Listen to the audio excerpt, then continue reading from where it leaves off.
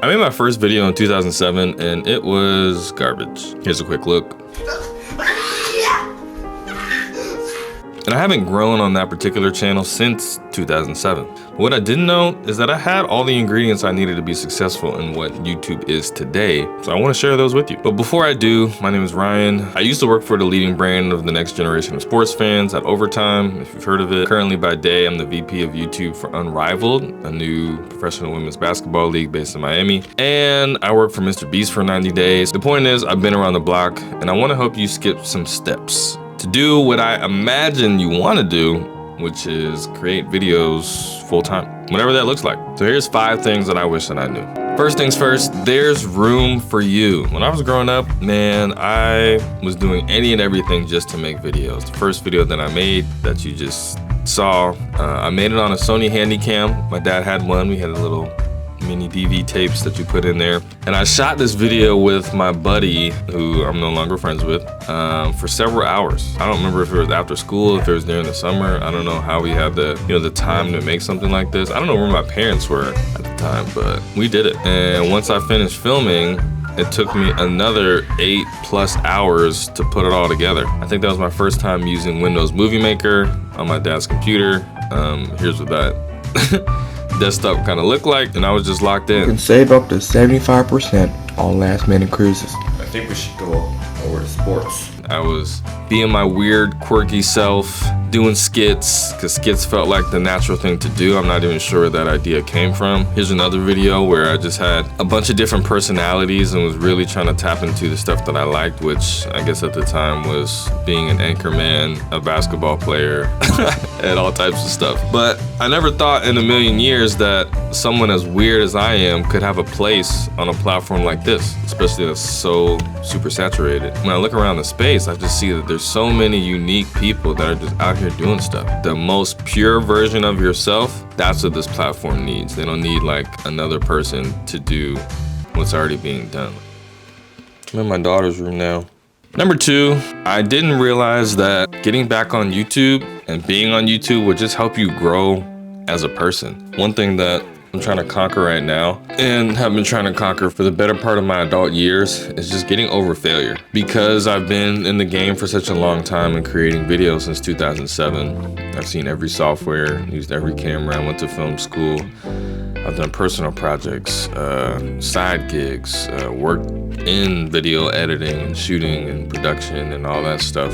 And now that I'm back on YouTube, I just feel like I'm supposed to know exactly what to do. And to my credit, like I've done my research in the past, year or two and had some very unique experiences, but just like Mr. Beast says, like until you just start uploading, like you're never gonna know. YouTube is very much like a packaging game. And as with anything, like it just takes reps. And as someone who has been doing this for a long time and kind of I have my own system on how I get things done. Like the thought of having to start completely fresh and do this again, it was terrifying. So I went into overload, just getting as much information as I can. I'm excited to start this again because now I get to re-fall in love with making videos and just really push myself to get, as many videos out as possible, because I genuinely just want to help people overcome what I've had to deal with for all these years. And I won't even say I had to, when I chose to deal with all these years. And another thing that's important is like, this will help you create a system. Because now that I'm married, I have 2 kids, by the way. I didn't share that earlier in the video. Building systems is kind of everything.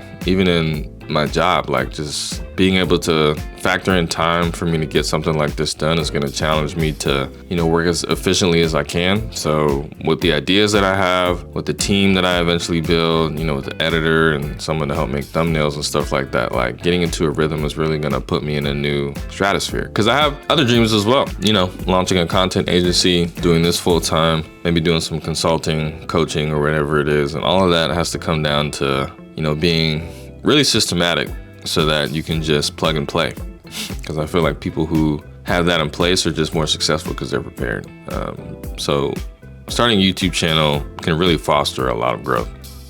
Number 3, the love will carry you. Again, like I was saying earlier, like having a love for what it is that you're doing is the only thing that's gonna get you through to the other side. So now that I understand that YouTube is a place for me, the whole version of myself, it's a place where I can grow, you know, as an adult and as a professional. I think leaning into the fact that I do actually love making videos and helping people is something that's gonna carry me through to, you know, wherever this leads. I eventually wanna be a YouTuber full-time. I make videos full-time currently, even though it just looks a little different than being an actual entrepreneur. But I'm just really excited at the thought that I can re-fall in love with what I was doing back in 2007. Because at that time, man, you couldn't tell me nothing.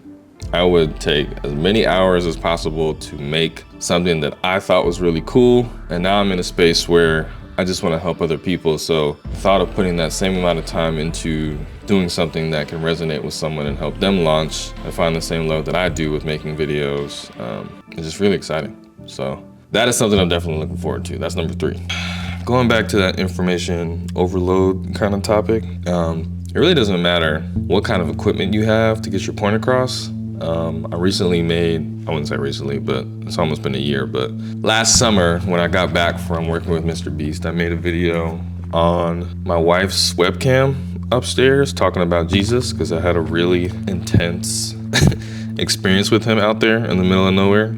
And it got 20,000 views, like it blew up. And that was just me with her little rinky-dink headset on talking about God. I'm not sure if it's the way I packaged it or what, but it definitely became an outlier on the channel, and is why I have, you know, almost 2,000 subscribers right now and I'm monetized. At the time, and I didn't capitalize on it like I should have, but that just reminded me that it doesn't matter what the vehicle is, you know? And that's with anything. It all comes down to marketing. Like, how are you packaging your title and your thumbnail? And, you know, once people get in, like, are you fulfilling the promise that they're expecting you to keep? So luckily, I have access to a nice camera. I know how to use it. I can maximize it and make myself look great. But at the end of the day, if I was starting over, and I guess I knew this at the time, like, it doesn't matter what I'm using. I just used what I had in front of me and made something that, you know, I thought was cool. And that's really all it boils down to.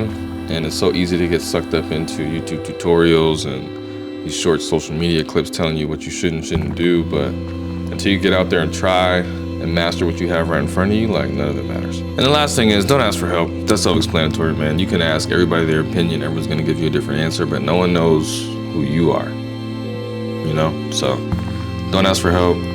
Watch a couple tutorial videos if you're trying to figure out certain problems, but anything where it comes to philosophy, like which direction you should go and blah, blah, blah, like, the only person that can carve out your path is you and the Lord. So as long as you put him first and take that first step forward, that's the only way that you're gonna figure stuff out.